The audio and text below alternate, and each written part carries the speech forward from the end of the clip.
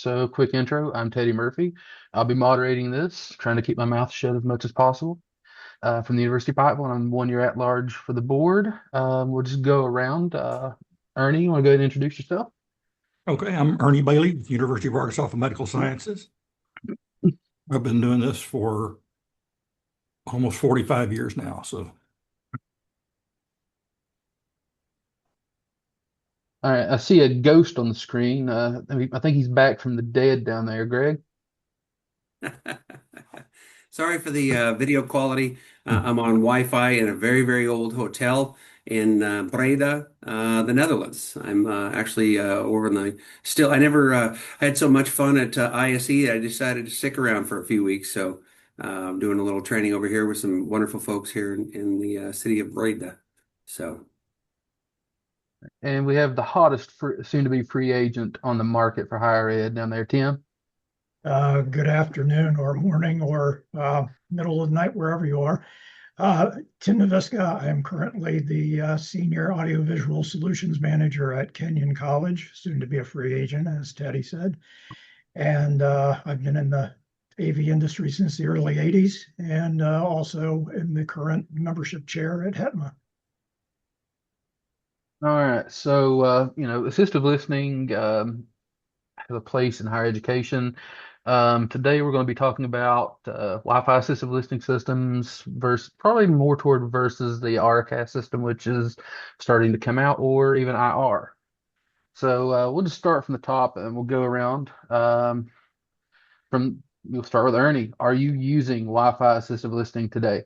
yes, we just over the last probably 2 years have switched over to Wi-Fi. We've used RF and IR systems in the past and had been looking for a good solution. We don't use a whole lot of assisted listening. We make it available in any room that has voice lift, and we've been playing with it. We occasionally, I don't know, we've ever had more than 3 students in a semester using it across our campus. But so maintaining all the hardware, both, the transmitters and the receivers was quite a challenge. So we decided to look at what we could do. So we've put in we're using the Sennheiser systems, put them in, they're on Wi-Fi. Their transmitters are fed with Dante. So we can strategically place them around our campus. We can hit them from anywhere, and then they come through the campus Wi-Fi. So we just give the students a code. If you're listening to this instructor or this course, this is how you get to it. And then they use their smartphone and bring it down off Wi-Fi. We're only providing the transmitter, and once again, by using Dante based transmitters, I don't have to put a transmitter in every room, but I still have it available because any room that, of course, has voice lift has a Dante system, and now any room that has Zoom, even if we're not doing voice lift, the audio system still has a Dante output, so we can drive anything and put it on the assisted listening system. Ernie, you're getting ahead of me. You skipped ahead on a couple of my questions here. All right. It's all right. We can there. rewind. All right. Tim, what about you? So our use of assisted listening systems is sort of all over the place, and most of them have been when we've had an integrator put in an assisted listening system during a capital campaign, new build, something like that. And I probably get to this later on, but a lot of that stuff has probably never been touched. On the Wi-Fi side, though, I bought the first one probably in 2015, I would guess, to use on large events, because I felt like the spaces we were using for large events, there was nothing built into the space, and that we were losing an opportunity to help folks who needed that sitting out in the audience. And so we bought the first, it was a listen everywhere system. And we've rolled out a couple more of those in in spaces like theater spaces. We had a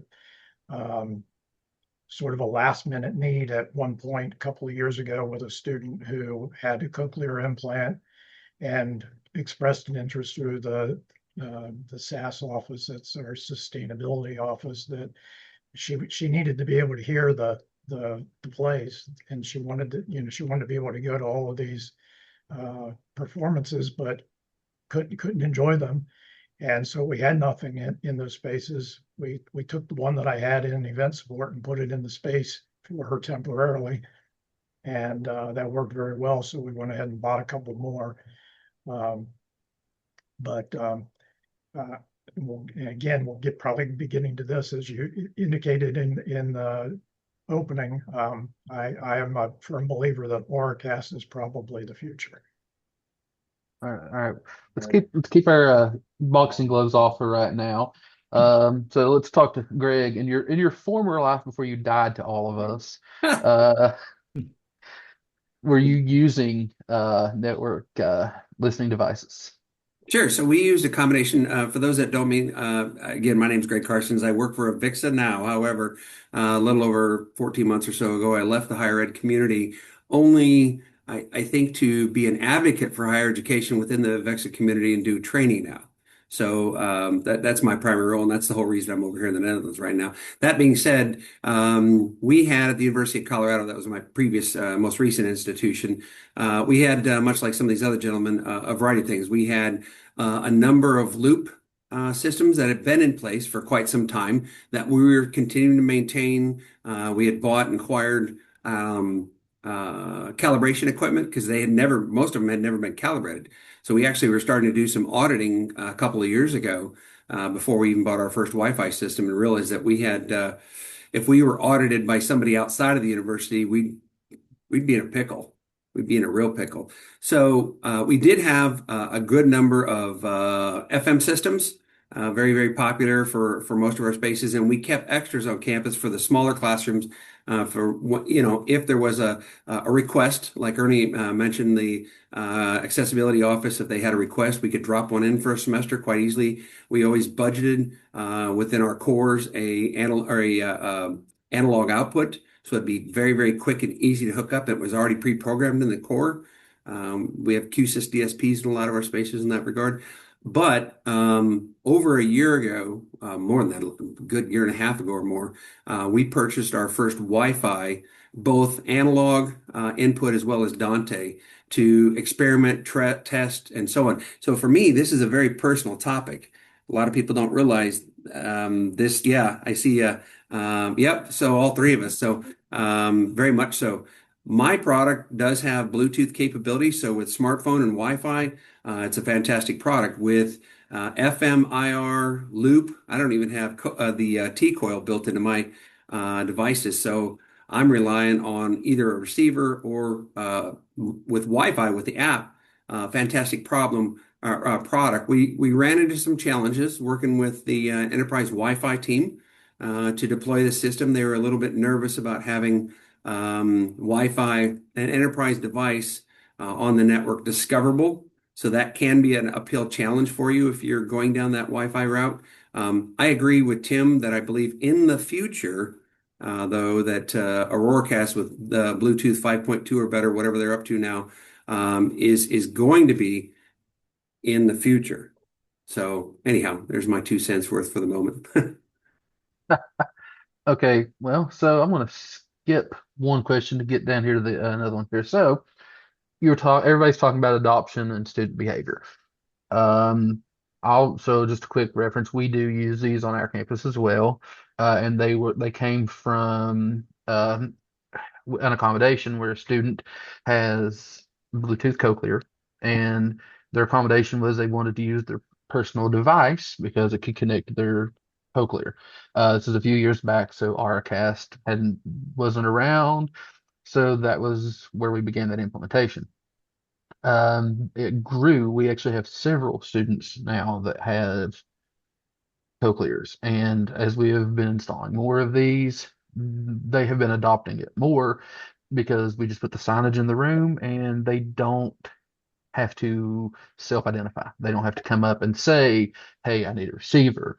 It makes I feel like it takes the stigma away, I guess you could say. I don't know. Exactly. So, I mean, do you all have that ability, like for the students? Are they notified when they come in?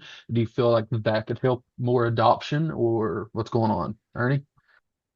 We have signage in some of our rooms, and we've also worked with our Title IX office on campus. So if a student does come to them, they can either just point them directly to it, or they can send them to us, very discreetly meet with them. And going to the Wi-Fi system did make it much more discreet. There's, not that stigma the student has of carrying around a receiver. Back in the early days of a Walkman or something like that, it wasn't a big deal. But now, seeing someone carry that and plug it into their ears.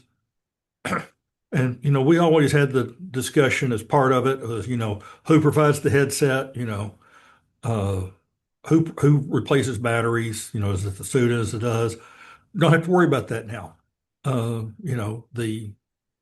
I think, having it on Wi-Fi, and we try to get the information out to the students. We're doing some major deployments right now where we're getting a whole lot more classrooms that didn't have voice lift on the system. And once again, by using Dante, we can send any signal to it. Um, so, yeah, I think it's a very good way to do it. And like you said, removes the student carrying around the little receiver and everyone staring at them, wondering what it is. I have a hearing impaired daughter, and she used to take a personal one around to classrooms when she was in elementary school. And she would have to take the microphone to the instructor, then put her headset on. And most of the instructors didn't like doing it. So, That's another issue. We had a professor here who still didn't want to use the in-room microphone because she was like, "Oh, the student needs to let me know that they have this, or so that they're listening to me on it." I'm like, "No, they don't." you need to talk to your legal office. That's what I told her. I said, "You need to go talk to our Yeah. Title IX coordinator in legal because But you're going to cause some problems." one thing that we are doing is, we're putting in uh, these beamforming mics in every classroom now to pick up the students. We can easily route that to the Dante output that's driving the assisted listening if the instructor's refusing to use a microphone. If we just get that word, that's 10 minutes of work. And it takes care of the whole semester if we need it to. So So, little different question for Tim. So you have a lot of these in more of your event spaces, that kind of stuff. Are you putting them in classrooms? And what size classrooms? Oh, you're muted.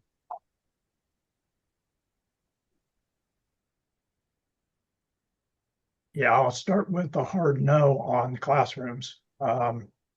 Not because I haven't been advocating for that for some time, but what we've had to do in some cases with our uh, students is that we were setting up um, microphone systems for them that were going to a CART real-time interpreter.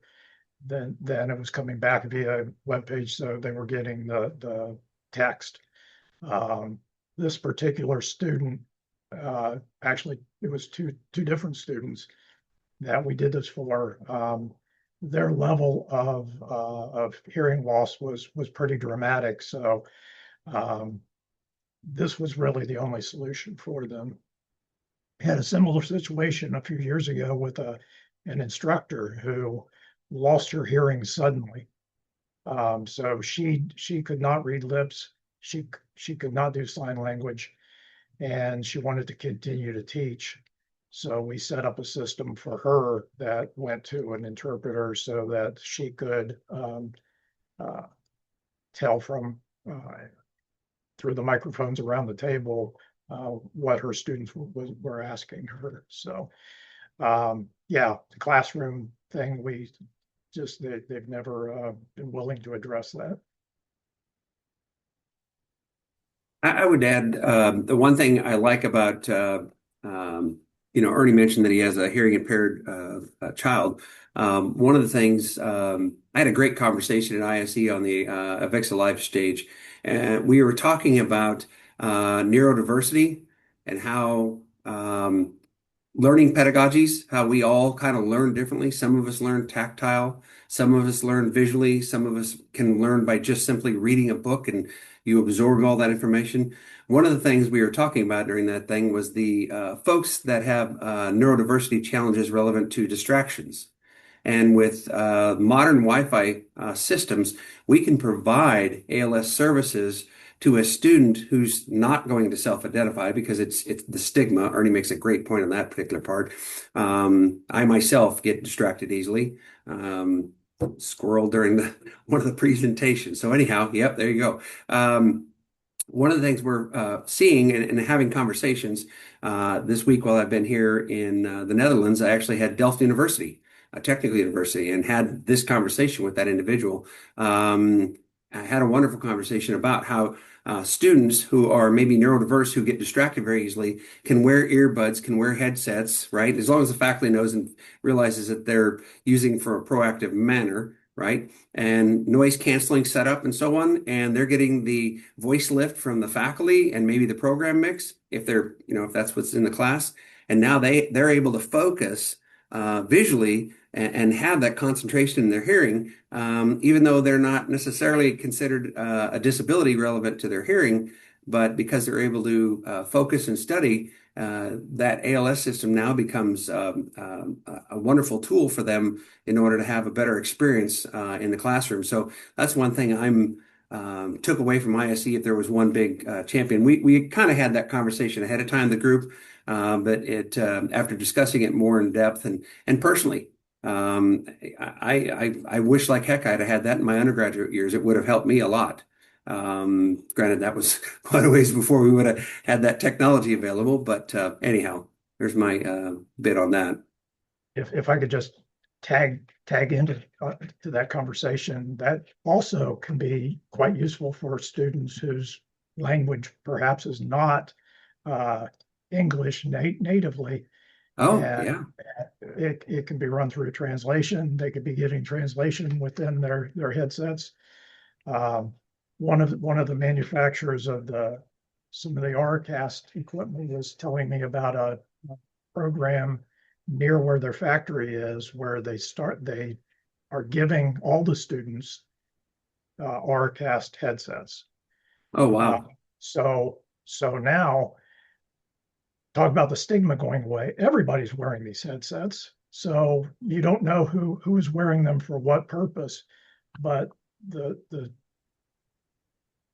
grades and the retention of what the kids are getting in the classroom has gone way up. Started as a pilot project, and what I understand, it's being rolled out to the whole system in this town. So just another thing that can be done. That's fantastic. What school? Do you mind sharing what school that was at? I'm not sure the school. I'll tell you the manufacturer is Williams, so it's near their place in Minnesota. Yep. I've got a couple cards for some of the context. I'm going to follow up on that. That's a fantastic. I'd love to hear the outcome. Hopefully they do a white paper on that. All right. So networking and security concerns. That's a big one. That's my biggest issue here when deploying them. It takes a while to get to it. We'll go to Verse this time. Greg, how was it dealing with your networking team when you were trying to do this? That was definitely an uphill battle. And frankly, they never did allow us to open ports. We had to put signage in there with the IP address for the device. So we did use the brand that we had chosen to go down with had Bluetooth beacons. So if you had the app installed already and you walked into a space that had a Bluetooth beacon, it would alert you to the fact that there was that channel available. If you didn't, you had to download the app and then, of course, manually input the IP address. I don't know that they ever got that. The enterprise Wi-Fi team, they were just very, very, I hate to use the word paranoid, but just security risk. Because they were very concerned about just having discovery of anything on the enterprise side of the wireless network. So. Ernie? Well, excuse me. We didn't really have that issue with network because we had those network conversations about 10 or 12 years ago, in general, putting AV systems on the network. So we developed a relationship with our network engineering team, which really helped. So my team and the network engineering team, usually without any management in the group, have a biweekly meeting and they talk about however they're interacting. So, I mean, that came up in one of the conversations or one of the presentations yesterday is develop a relationship with your network engineers. And that's what we've done. So now we tell them what we're wanting to do. We're purchasing this, or we're going to do a trial run of this. They get excited about sitting down with us and seeing how we can use it. And, they work with us on the security side of it. So it is safe. We make sure everything, is password protected and don't use admin as the password or the username. So, but like I said, we did that years ago and we have since been very successful. One little brief story on that. We went to the network engineers, told them we wanted to put some stuff, uh, on the network, told them exactly what we were wanting to do, and they said, absolutely no way. We're not going to do that. I hired a new engineer, AV engineer, who had networking background. He said, why don't we do this? We said, we were told no. He said, let's have the conversation again. And when he asked the question, they said, sure, no problem. And we said, 6 months ago, you told us no. And they said, that's not what you asked because we weren't speaking their language. So get someone on your team who knows network engineering. They don't have to be deep into it, but they have to understand it and be able to talk the language with the people. There's your translator, and you can make those kind of things happen. And then it makes all of our transitions smoother. Uh, and like I said, we told them we wanted to go to Wi-Fi about 2 years ago on the assisted listening. They said, neat, let's see it. So build a relationship. Okay, go with that. What about your cybersecurity team? Did they see that as a possible data risk or No, because I mean, they are part of the conversations with network engineering. Uh, we're all under the same leader. So it's easy for us to get little teams together, have conversations that don't become arguments. And we start with, let's see how we can do that, as opposed to, we're not going to allow that. It starts out with let's figure out how. so That's kind of our culture now in our IT group. any of you that want to chime in? But I know Greg had some in his classroom. Tim, you're not using them in classes, and Ernie definitely is. Um, is there any concern for people possibly accessing the lecture outside of the space, or any faculty who argue to right to privacy with them? So that's a concern. It's a valid concern. There are some passwords. You then run into the issue of teaching faculty how to manage the interface to set up those passwords and allow students to have those. I look at it this way. There's when you have a campus where, unless you're going to have a key card for students to go into a classroom, the ability for a student to sit in a hallway and listen to a lecture on an FM system is already there. Or if you're using a loop system, they can already do that. There's those devices you don't have to be in the room already. With Wi-Fi, I think we do have, if you have access credentials for those students to properly be on that network, you can, I believe, get some of that security in there. I do want to throw out there just a little bit of a VIXA plug there for the audiovisual network professional. Great credential for those if you're trying to build that relationship with your networking team to grab that credential, because then you can, by passing that credential, have the, if you will, the chops to be able to talk to those folks and say, listen, I've got a networking professional credential here. I know what your challenges are. Let's work together and solve this problem. Coffee goes a long way when you're trying to schmooze that IT people. It doesn't cost much, and those are great conversations. You find out that they're nerds, we're nerds. Let's all have a good time. So, Greg, I'm going to also say that bourbon goes a long way. It's We won't have that rabbit hole, but that is a very that's how we got our networking team to be more receptive. yep. Anybody else want to input about rights to privacy? I saw the chat, like Mike, we are the same way here. Classrooms are considered to be public. If you need to have a private discussion with your professor, that's what office hours are for. So anyone who is bourbon, it does taste good. Bourbon flavored coffee or bourbon in my coffee, whatever. Anyway, so those of you that are using them, did you have any complaints about latency issues? We have been seeing a few conversations on the community as to why people are migrating away from the Wi-Fi units because of latency problems. I'll grab that one. There is certainly with the Wi-Fi, there's more latency than there is in some of the other systems, just by its nature. And you can compound that a little bit, even the fact that you're picking it up on Wi-Fi on your phone, and then you're Bluetoothing to your hearing aids. So you've kind of got two jumps there. In some live event situations, though, where you've got natural delay at the back of the room, it might be coming in right about the same time anyway. So it's kind of it kind of depends on the situation. I mean, there can be some lip sync problems if you're doing IMAG or something like that, or if you're sitting up close to somebody and you can actually see their lips moving. And if you are a person that depends upon reading lips as well, yeah, that can get a little confusing. I'll say the latency issues have greatly improved over the last 5 years. When we first looked at the Listen Anywhere system, it was basically red flagged as, by Listen as not necessarily ADA compliant because of the latency. I don't see that from them anymore. We're not seeing it with the Sennheiser. And I mean, I don't see any more latency issues than we see in over an HDMI cable, when we're dealing with distance.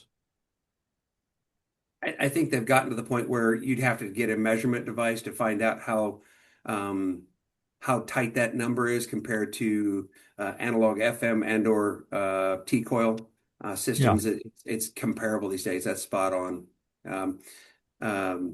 I just looking at the chat here, a lot of folks are talking about like that security thing. As far as like, getting outside of the room. Most public universities, the classroom wants to prevent a student who's supposed to be in the room from recording the session and publicizing it anyway, right? So it's kind of if a faculty member is having that secret of a session, like Teddy mentioned, it should be office hours. If you're having that confidential, I guess would be the way to say that with a particular student. I mean, everybody knows there's a huge demand for biochem lectures out there, right? I say that because we have a biochem professor in our medical school who thinks that everyone who records his lectures are selling them for big bucks. Interesting.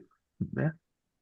So let's talk about like an operational impact. Did it change your support model at all having these devices? Did you find you're having to spend a little more time, supporting them, making sure that they were always functioning?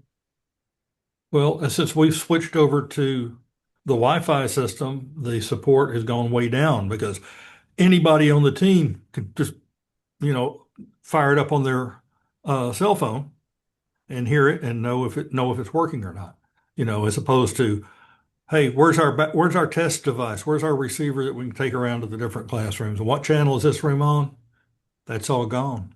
So the support, and by sending it Dante, we're much cleaner. And like I said, we're not seeing any support issues like we had with the old either RF or IR systems.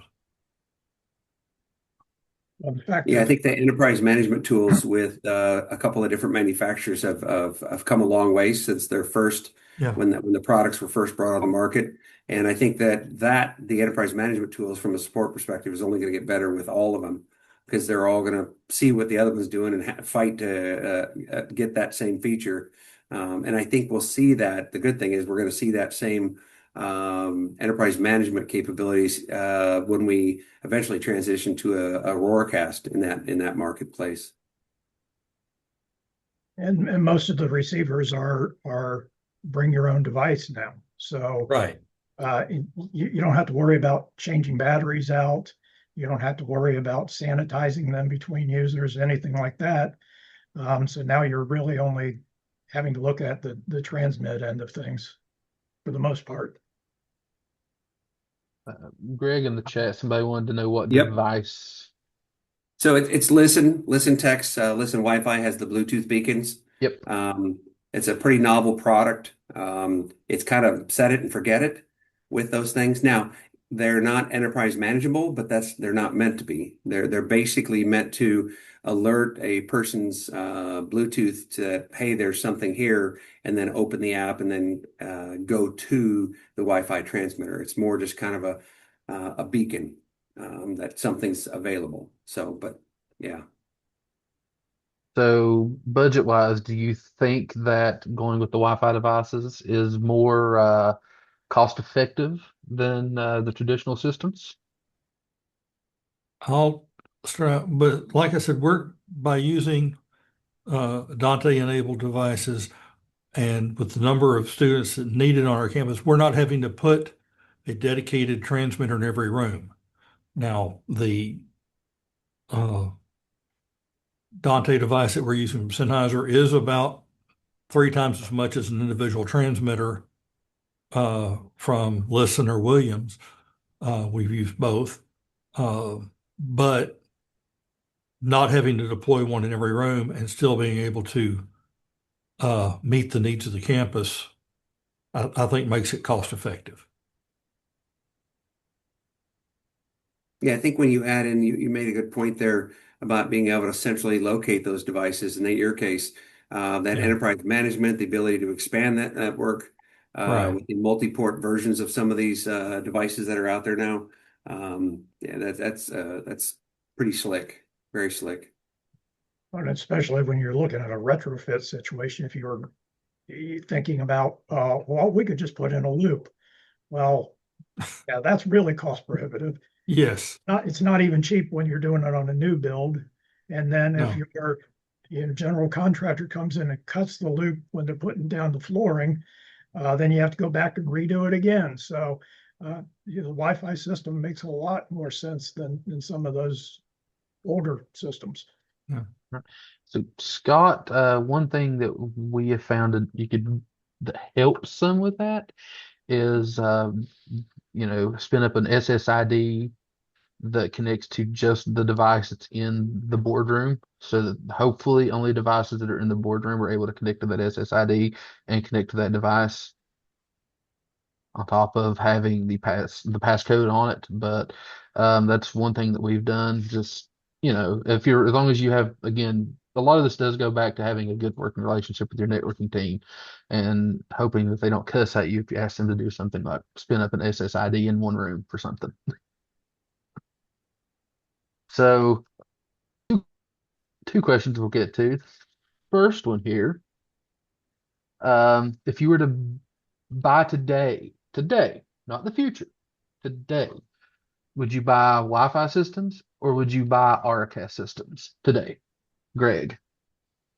So I know why you picked me because we had this conversation at ISC. So my opinion on this currently, and this is me personally. You notice there's no Avixa logo on my screen anywhere in there, so please don't. This is me as an end user of the proponent. I'm looking for the lowest common denominator that's going to do the most good for the most students right now. And to me, that is Wi-Fi, whatever brand it is. Williams, LinkedIn, Sennheiser, so on. There's 5 or 6 good ones out there doing a good job. If a manufacturer had somebody just put in the if manufacturers had both built into a unit, oh my goodness, I would jump. I guess I necessarily ain't going to jump on it myself, but I would recommend that because I think you're kind of future-proofing yourself. It had it in there. It's probably going to cost a little more because you're going to end up having the communications and the chips for both sets. But if I had to go and pick one right now, or recommend make a technical advice to somebody at school right now, I think the lowest common denominator that fits the most, every kid that comes to campus these days has a smartphone in their pocket. What kid doesn't? I mean, it's probably the extreme oddity that a young adult that's going to higher education these days doesn't have a smartphone with Bluetooth capability. How many have Auroracast? It'd be interesting to take a poll. We should have thought of this ahead of time and done a poll.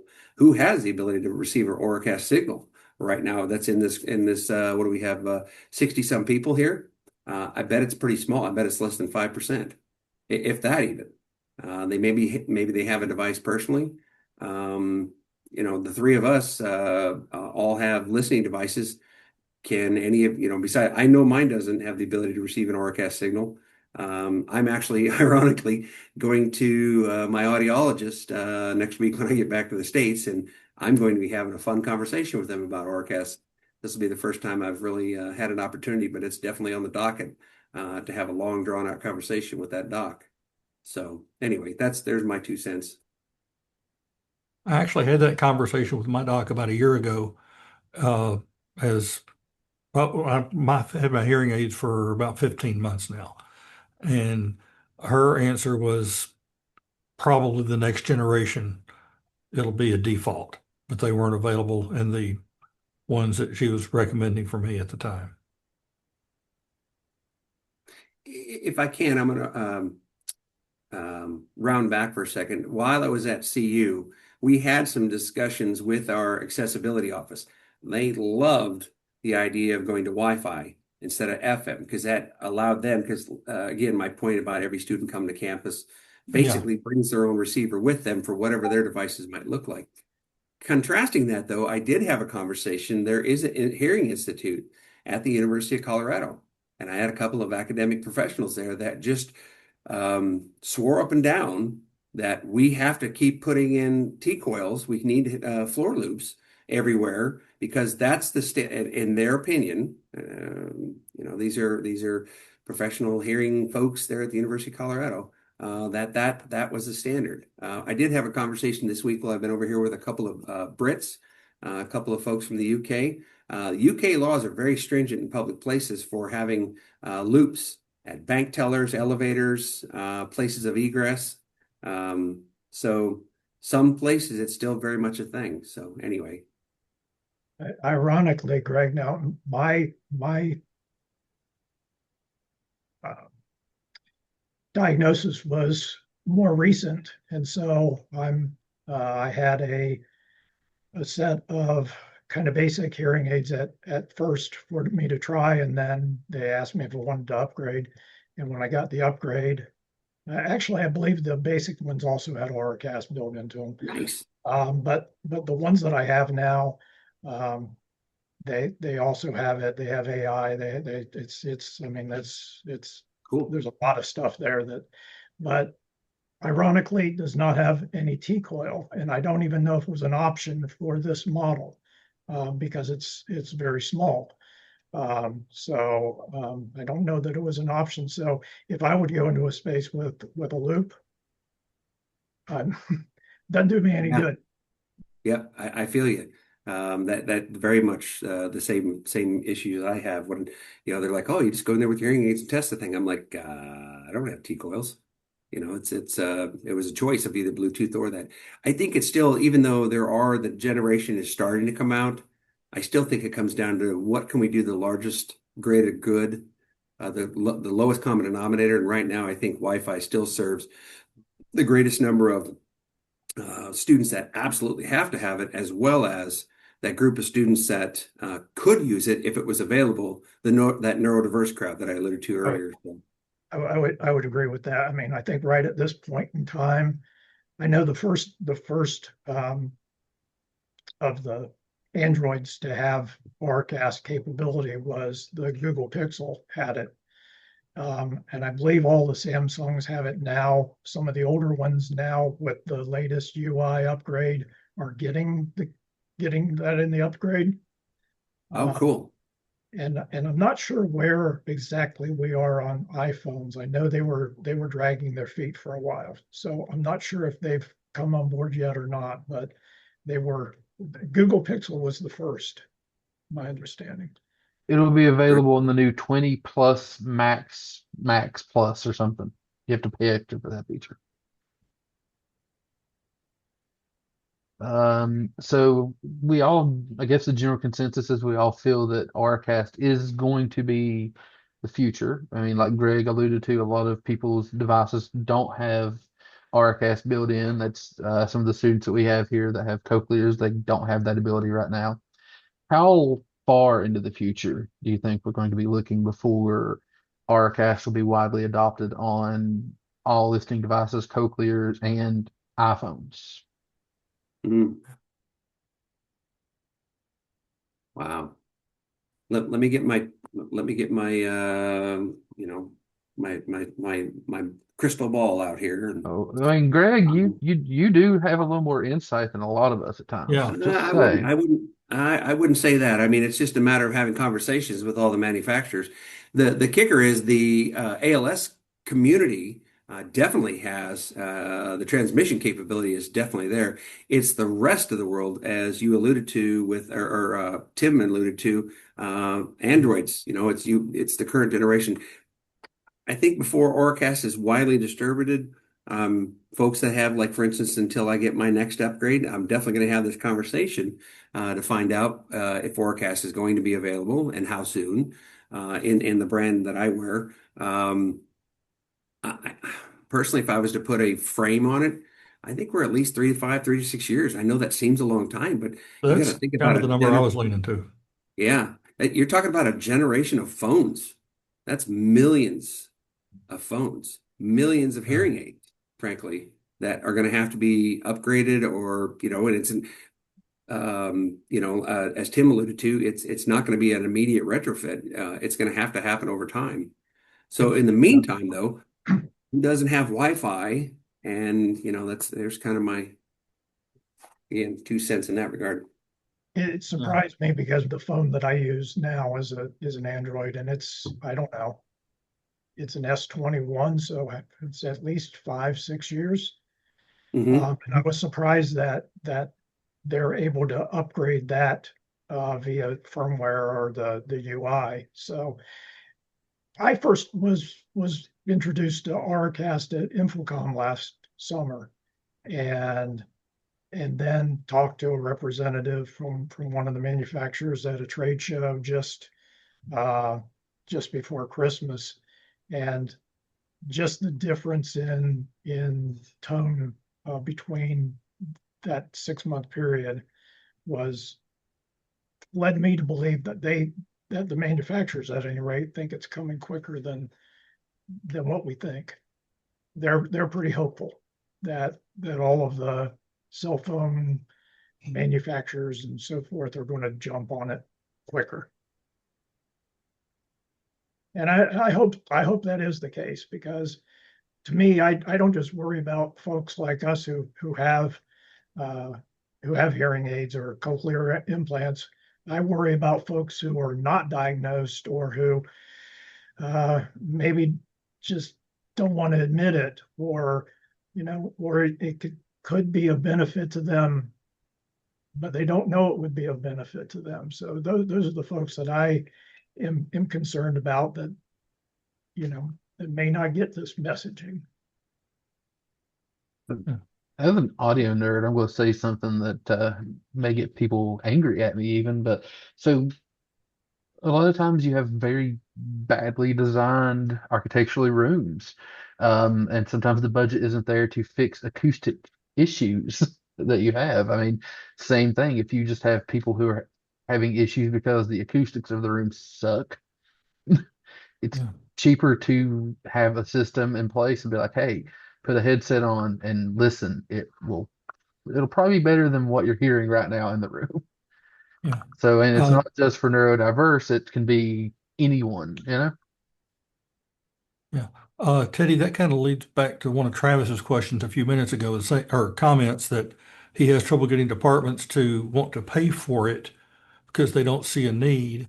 Well, I think something that we at HETMA have been real big on over the last year or so is it's an ADA requirement.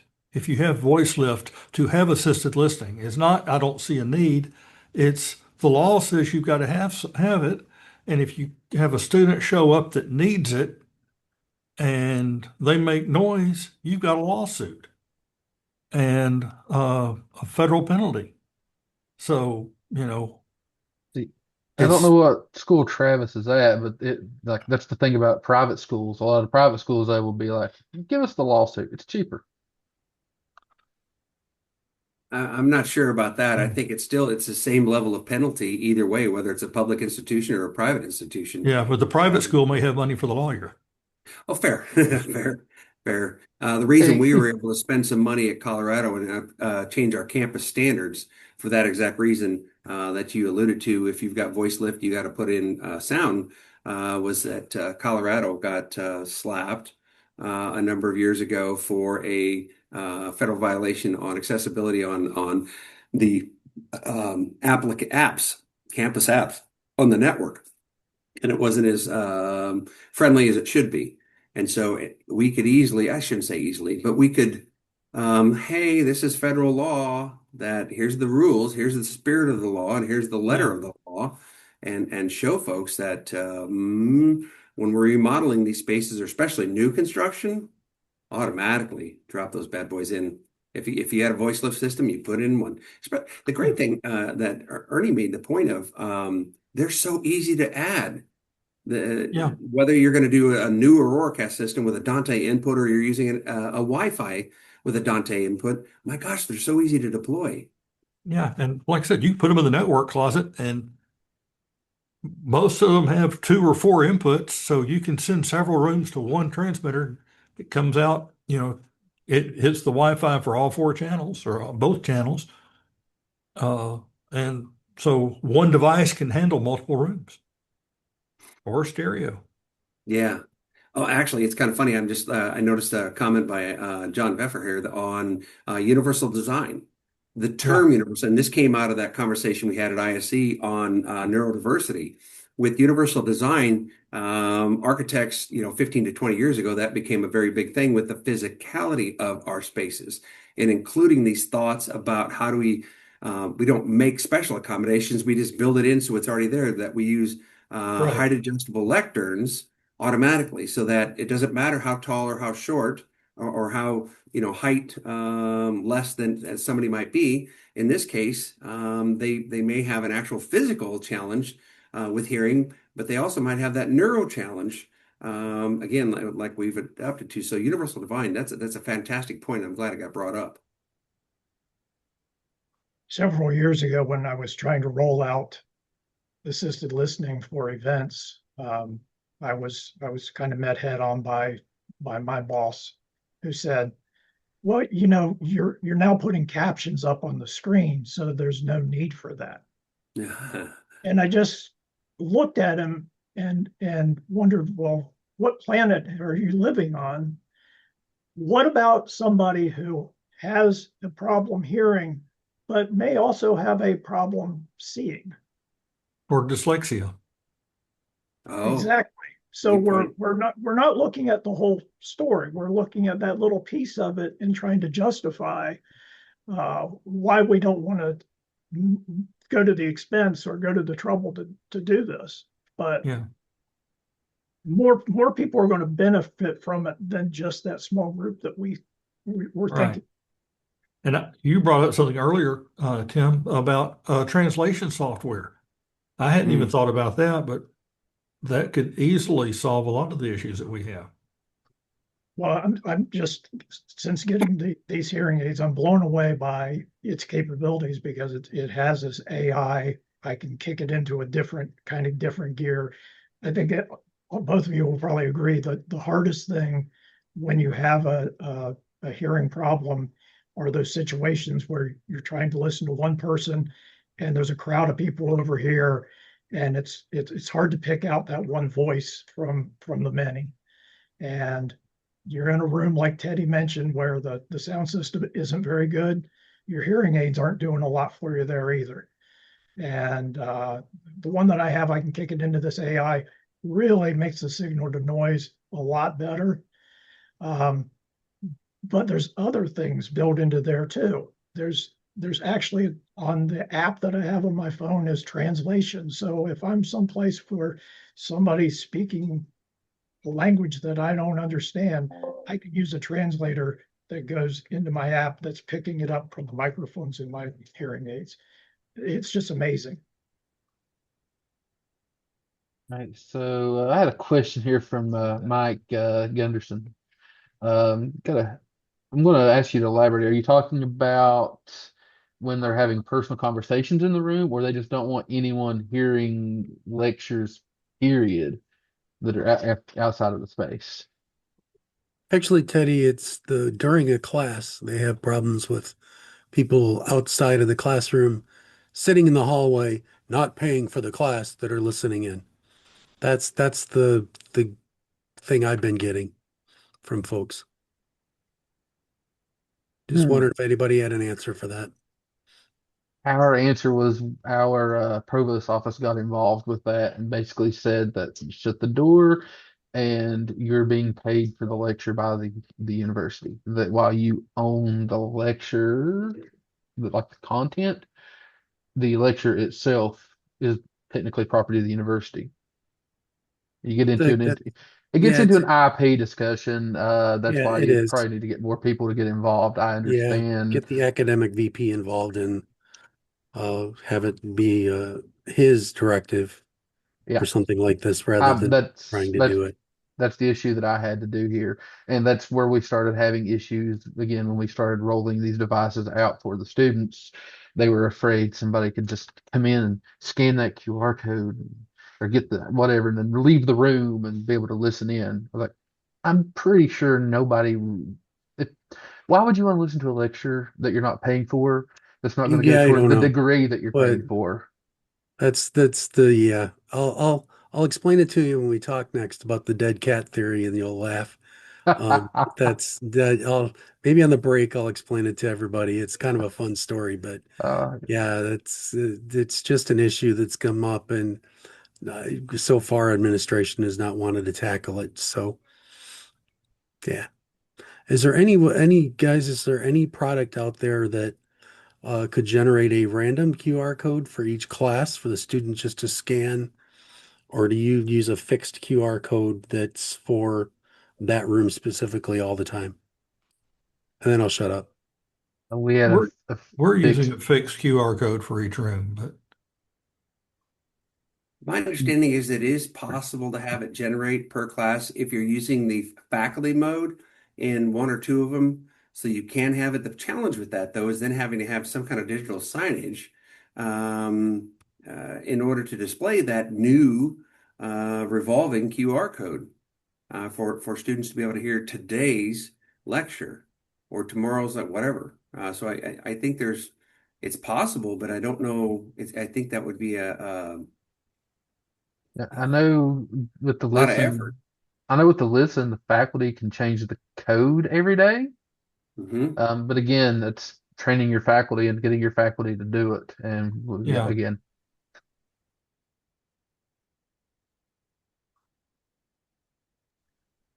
I agree, Mike. That faculty look for, honestly, I feel like it's every faculty is looking for reasons not to use technology. Uh,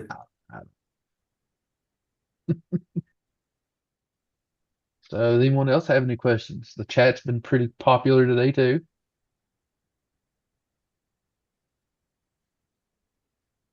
It's No? just for the audience out there, maybe a question for all of you. Does anyone have a ALS or Auracast currently deployed in any of your spaces?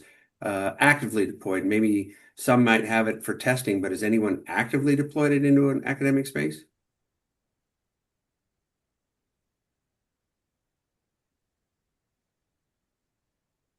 I think we technically have one getting deployed in a new building coming up in a couple of years because it's on the spec sheet. But as far as that, we don't have, there might be a couple of big spaces, presentation spaces that might have it, but we don't have it anything academically.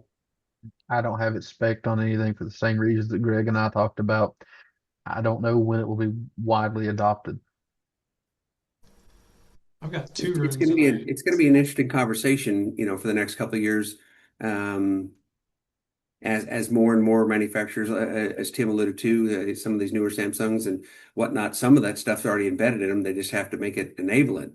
So, how long does it take for all that enabling and those firmware updates to happen so that, that'd be kind of cool. I'd love to try that. Oh, I know there was one point I wanted to make. One of the things we were talking about with some of the AI that Tim has in his hearing devices. I had an interesting conversation at ISE with a gentleman who had Google glasses, Gen 3 Google glasses over there that have a lot of the same features, not only on the audio side, but also on the visual side. And he was like describing himself. He was an elderly gentleman. He goes, but I've been a lifelong ADHD guy, and these things have made a massive world of difference for him to be able to focus on and to concentrate on whatever he's, if he's at an event. He has hearing challenges as well as vision challenges. He was in his 70s, I think it was, and they've made a huge difference for him. So I'm curious. It's going to be interesting to see now that those things have gotten significantly better. Where does maybe that kind of a product do for students who have neurodiverse? One of the things, Kaz Pierman from London, she called it neurospicy. And I love that term for those of us that Tim has posted there some self-affirmations of his own. And I'm that way. I definitely have, I can squirrel pretty quick. So anyhow. I guess in the meantime, if you wanted to adopt Auracast, you could get the receivers from the manufacturer to pass out, but then you're back to the same thing that you were with RF and IR systems, in that nobody's going to ask for them because of the stigma attached with it. So maybe we just all wait.